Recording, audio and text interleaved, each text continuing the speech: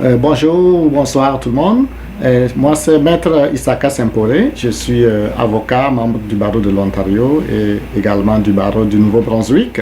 Je suis le propriétaire de la société professionnelle Semporé Law Office, basée à North York, en Ontario, et dans le Grand Toronto. Donc, aujourd'hui, nous allons nous entretenir sur le testament, son utilité, et ensuite, s'il y a une série de questions qui seront répondues, et si par la suite, si besoin est, vous pourrez me contacter. C'est quoi le testament? Je donne ma réponse en fonction donc de la législation ontarienne, c'est-à-dire la loi qui est en vigueur dans la province de l'Ontario, une des provinces canadiennes. Donc je suis ici en Ontario et je parle en fonction de l'Ontario. Je ne suis pas en train de parler pour l'ensemble du Canada. Ça, c'est un point à relever. Alors, bien vrai qu'il y a beaucoup de similitudes sur les législations provinciales en matière de testament, mais quand même, il faut que je vous précise que je suis en train de parler de la loi ontarienne. Donc, le testament, qu'est-ce que c'est? C'est juste un document juridique à l'intérieur duquel donc, le testateur, c'est-à-dire la personne qui l'a rédigé, indique ce qu'il voudrait que deviennent ces biens qu'il a accumulés durant toute sa vie après sa mort. À qui est-ce qu'il veut que ces biens aillent? Et c'est l'ensemble de ces biens s'appelle donc la succession. Et puis, vous pouvez le faire tant que vous êtes marié ou pas, avec des enfants ou pas. Mais ce qui est sûr, un couple ne peut pas avoir un seul testament. Ça veut dire que c'est individuel. Chacun peut avoir donc un seul testament. Et vous pouvez l'avoir pour y indiquer toute votre volonté. C'est-à-dire, on appelle aussi le testament la dernière volonté. Ça veut dire que vous pouvez y mettre tout ce que vous voulez, que votre bien devienne, que vos biens deviennent, et pour que vraiment après votre décès, que tout s'exécute en fonction donc de vos besoins. Maintenant, si vous ne l'avez pas fait, c'est-à-dire si vous n'avez pas de testament et que vous mourrez sans testament, c'est la loi ontarienne sur les successions qui va donc décider à votre place. Alors la décision que vous auriez dû faire de votre vivant, c'est la loi qui va décider à votre place. Et ce n'est pas toujours que ces biens iront aux bonnes personnes, les personnes auxquelles vous auriez voulu qu'ils aient vos biens. Alors, il pourrait en avoir moins, plus ou même pas, donc ou rien. Donc, une des raisons de plus pour donc avoir un testament donc, durant notre vie. Alors, pourquoi est-ce qu'il faut faire un testament? Son importance, principalement lorsque vous faites un testament, vous dites qui sont ou qui seront vos bénéficiaires, c'est-à-dire tous vos biens, à qui est-ce qu'ils doivent aller. Ça, c'est le premier point. Le deuxième point, à l'intérieur du testament, vous pouvez décider aussi de qui s'occupe de l'administration de votre succession, c'est-à-dire la personne qui va être votre fiduciaire, qui va s'occuper de vos funérailles, de payer vos dettes, payer votre impôt, et puis donc vendre vos biens et puis répartir entre les personnes que vous avez désignées. Ensuite, à l'intérieur du testament, vous décidez aussi de qui s'occupe de vos enfants mineurs. C'est-à-dire, il arrive qu'on parte et qu'on a encore des enfants en bas âge. Vous désignez donc un gardien ou un tuteur pour ces enfants. Alors, c'est entre autres des bienfaits, des choses qu'on peut faire. Et vous pouvez aussi décider de comment est-ce que vous voulez que vos funérailles se déroulent, comment vous voulez être enterré, où est-ce que vous voulez être enterré, quels sont les rites que vous voulez que ça ait lieu. Alors, toutes ces petites choses, vous pouvez les décider de votre vivant. Et donc en consignant dans un document juridique qu'on appelle donc le testament. Maintenant, voyons qui peut faire un testament. Alors, la première condition est qu'il faut être majeur, c'est-à-dire qu'il faut avoir au moins 18 ans. Pour ce qui concerne l'Ontario, l'âge de la majorité c'est 18 ans. Ailleurs, ça peut différer. Alors, ensuite, il faut être dans un état où vous êtes toujours lucide. Vous êtes capable de pouvoir savoir, distinguer vos biens, qu'est-ce que j'ai, quelles sont les valeurs de ces biens. Alors, qui sont mes bénéficiaires? Vous reconnaissez encore les gens que vous pouvez donc désigner comme bénéficiaires.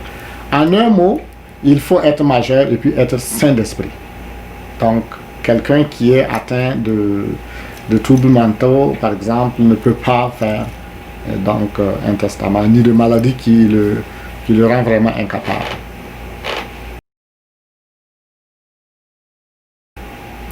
Une personne légalement mariée et qui meurt sans testament, qu'est-ce qui arrive?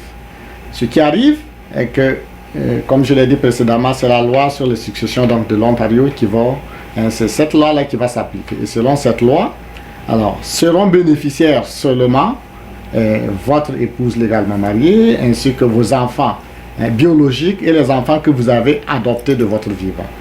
Cela veut dire quoi? Tout enfant ou toute personne qui est là, sous votre couple et qui n'a pas été, qui ne répond pas à ces critères, ça veut dire que ce n'est pas un enfant adopté officiellement, ne pourra pas bénéficier.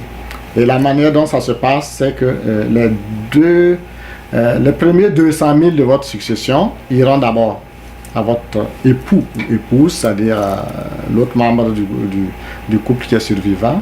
Et le reste maintenant va être divisé encore entre la femme et vos enfants biologiques et enfants adoptés. Donc c'est comme ça, de façon, en tout cas en général, que la loi donc gère ces choses-là. Donc d'autres personnes qui sont là et qui ne répondent pas à ces critères n'auront pas quelque chose, à moins d'aller donc au tribunal et puis demander, en vertu de la loi sur les personnes à charge, demander sous forme de pension alimentaire. Sinon, ils n'auront pas directement droit à votre succession. Alors, en même temps, on peut se poser la question pour un couple qui n'est pas marié.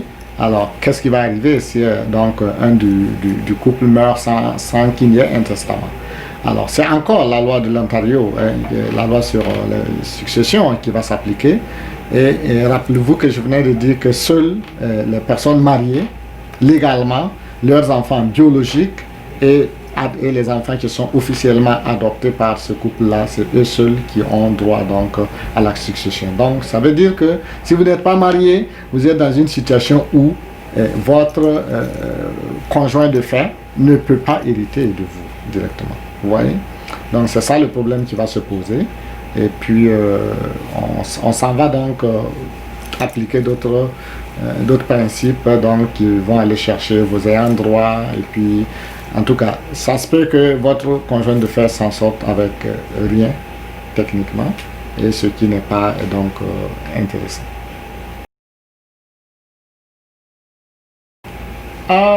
Un membre de votre famille décède ou un proche, je dirais simplement un proche, décède sans testament. Alors, qu'est-ce qu'il faut faire?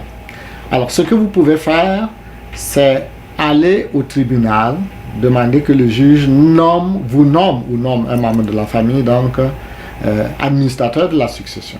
Ce que le défunt aurait pu faire dans son testament.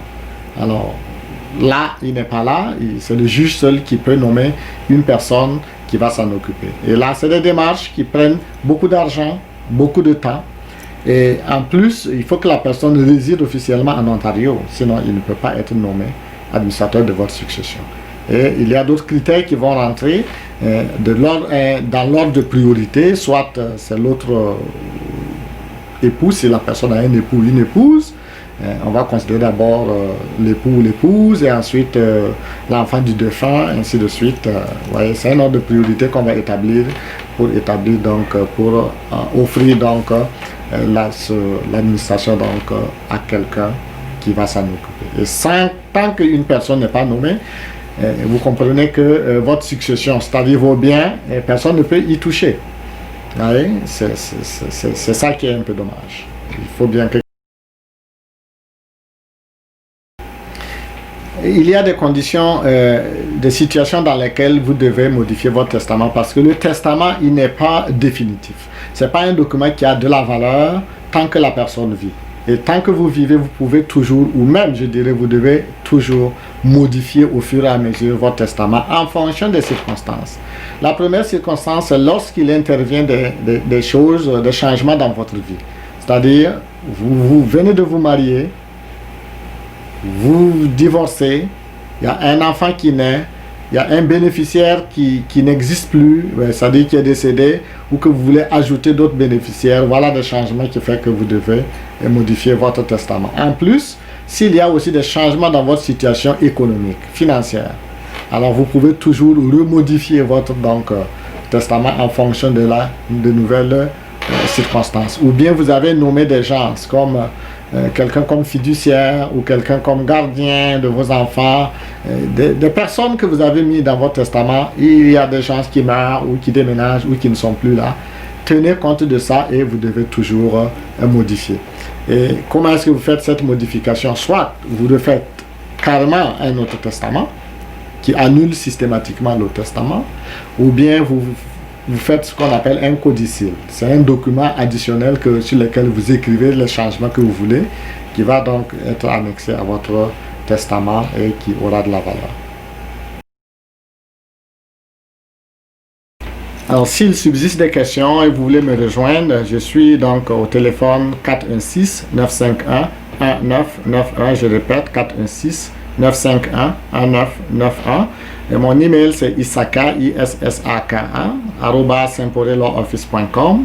Et ici, l'adresse du bureau, c'est 415 Oakdale Road à North York. L'unité, c'est le 361D. Je dis merci à Malisa Capital TV et bientôt pour un autre numéro, suivez donc cette chaîne Malisa Capital TV. Merci.